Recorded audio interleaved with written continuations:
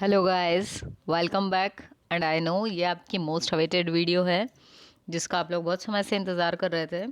और बहुत सारे बच्चों ने मुझे रिक्वेस्ट भी की, कुछ के मुझे नाम याद हैं जैसे निशांत, पूर्वा, प्रियंका। इन लोगों ने रिक्वेस्ट किया था कि आज तक तो डाल ही दीजिए आप वीडियो इम्पोर्टेंट टॉपिक्स की। तो चलिए, अच्छा इसके पहले एक बार फिर कह दूं, यदि चैनल सब्सक्राइब नहीं किया है तो यार अब तो करो चैनल को सब्सक्राइब, और दोस्तों के साथ भी शेयर करो उसको, वीडियो को। तो चलिए हम बात करते हैं जावा के इम्पॉर्टेंट टॉपिक्स के बारे में। बट एक चीज़ आप मेक श्योर करें कि सिर्फ जो टॉपिक्स हम डिस्कस करने वाले हैं अभी आप उन्हें ही अकेले नहीं पढ़ेंगे, बल्कि पूरा सिलेबस एटलीस्ट एक बार पूरी तरह से उसको आपको हर टॉपिक को एक बार समझने की कोशिश करना चाहिए एग्ज़ाम के पहले। क्योंकि ज़रूरी नहीं हम जैसे इंपॉर्टेंट मान रहे हैं, मान लो पेपर सेटर को कुछ और चीज़ इंपॉर्टेंट लग गई हो तो दूसरी भी चीज़ आ सकती है, ठीक है। पर फिर भी जिन टॉपिक्स को आपको स्किप बिल्कुल भी नहीं करना है उनको हम यहाँ डिस्कस करने जा रहे हैं। तो चलिए फटाफट से देख लेते हैं। आई नो आप लोग यही सोच रहे हैं कि मैम आप तो बस स्टार्ट कीजिए फटाफट से वीडियो, है ना। तो चलिए शुरू कर देते हैं। हमारी पहली यूनिट जो है इसमें यदि हम बात करें तो देखो, जावा के जो फीचर्स हैं वो आपको पता होना चाहिए, ठीक। पाथ, क्लास पाथ क्या होता है, ये जो छोटी छोटी टर्म्स है ना ये पूछी जा सकती हैं कई बार, ठीक है। जेवीएम क्या है, जेवीएम कैसे काम करता है ये आपको पता होना चाहिए। उसके बाद में लूप्स तो हर उसमें ही पूछते हैं और आपको आते भी हैं, तो लूप आप एक और कर लें, ठीक है। तो जेवीएम हो गया, यहाँ पर जावा के फीचर्स हो गए, पाथ, क्लास पाथ हो गया। और यदि हम बात करें तो आपके क्लास और ऑब्जेक्ट का जो कंसेप्ट है ये आपको पता होना चाहिए। कंस्ट्रक्टर कौन कौन से हैं, कितने टाइप के हैं। देखो एक चीज़ मैं सबको बोल रही हूँ, प्रोग्राम जब हम लिखते हैं किसी भी टेक्निकल पेपर में तो मार्क्स स्कोर करने की गुंजाइश बढ़ जाती है।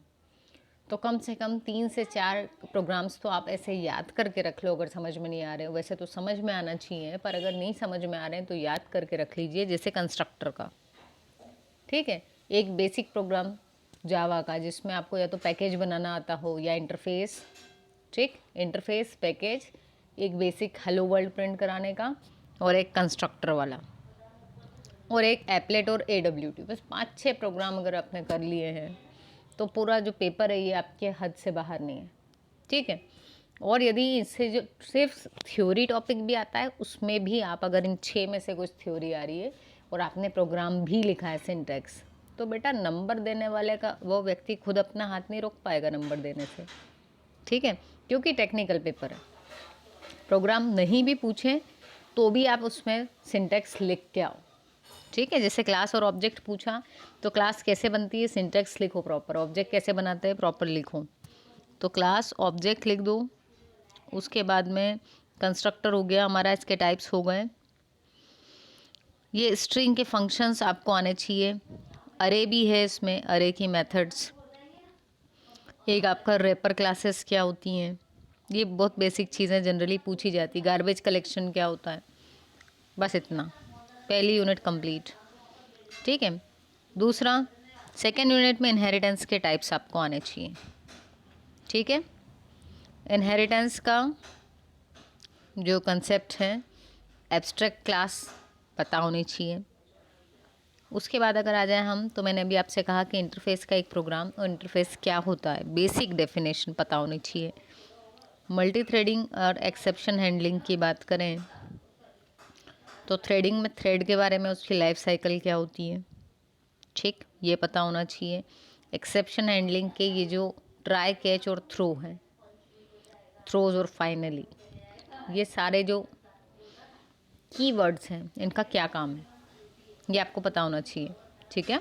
और एक सिंपल सा प्रोग्राम जिसमें ये यूज़ हो रहे हो, सिर्फ एक प्रोग्राम छोटा सा, सबसे छोटा ढूंढ लेना भला इंटरनेट पर, ठीक है, पर सही प्रोग्राम आपको आना चाहिए। तीसरी यूनिट पे आ जाएं तो आपके ये जो एप्लेट की डेफिनेशन है ये पता होनी चाहिए, ठीक। और एक एप्लेट बनाना देख लो कैसे बनाते हैं। और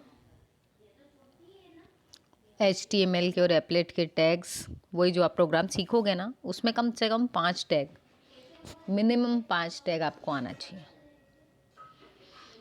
फिर आ जाओ आप AWT पे। AWT के ये जो कंपोनेंट्स हैं, ये कंपोनेंट्स की थ्योरी पता होनी चाहिए, भले प्रोग्राम नहीं भी आता है तो।